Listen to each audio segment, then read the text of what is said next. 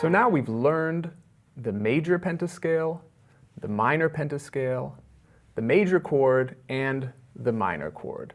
But let's look how we can move from major to minor and back. And you might have already realized this on your own, but I'd just like to demonstrate it for you here. So let's take the familiar C major pentascale.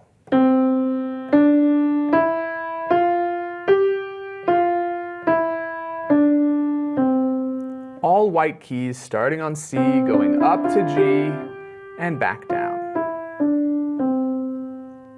Now, let's take the C minor pentascale.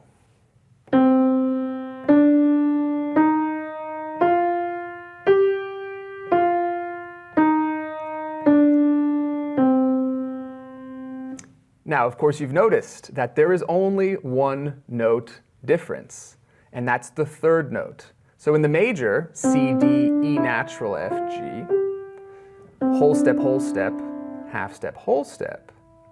And in the minor, C, D, E flat, F, G, whole step, half step, whole step, whole step.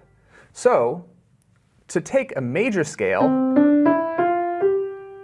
and make it minor, the only thing you need to do is lower the third scale degree. Now, of course, this is only for the first 5 notes of either the major or minor scale. Once we get to full 7-note scale, things will be a little bit different. But when we're talking about pentascales, the major pentascale, you only need to change the third note, lower it by half a step to get its minor equivalent.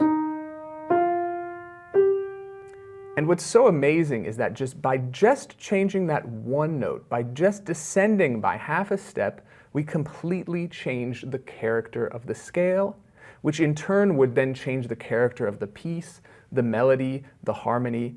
It changes it, the brightness of the major compared to the somber quality of the minor is quite incredible, and the emotional response that we have to it is really astounding. So that's for the scale, and it works with, of course, every single major or minor pentascale. Now let's talk a little bit about the repercussions that has for the major and minor chord. So if we remember, we can build the major chord from the first, the third, and the fifth scale degrees of our pentascale. So C major pentascale, C major chord. Now the same applies for the minor chord. C minor pentascale, the first, the third, and the fifth, C minor chord. So again, that same difference is occurring on the third scale degree. So the fact that we're changing that third scale degree, well, we're also changing the chord. So major, to make that minor, we're going to just descend by half a step, that middle note, and we get a minor chord. It's C major, and it's C minor. And again, the character, the emotional quality of those are so very different. It's a flip. It's the brightness, and then suddenly, it's the shadow. And this doesn't just work in C major, it works in any key. So let me just take another example at random. Let's take G major. We've done that a few times. G major, 5-finger scale. To make it minor, we lower that third degree by half a step. Everything else stays the same. Minor, and then we bring it back up for major, back down for minor. And the same applies to the chord. The G major chord, G, B, D, the first, third, and the fifth scale degrees of the major pentascale. And now we want a minor chord, a G minor chord. We lower the third by half a step.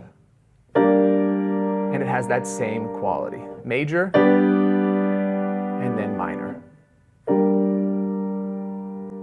So practice any chord, F major, A flat major, E flat major, D major, and then practice its minor equivalent. Then do the same thing with the 5-finger pattern. Start it on any note, play the major version, and then play the minor version, and then go back and forth, getting really comfortable switching from major to minor, and always remembering that it's that 3rd scale degree that moves down by half a step for minor, and then back up for major.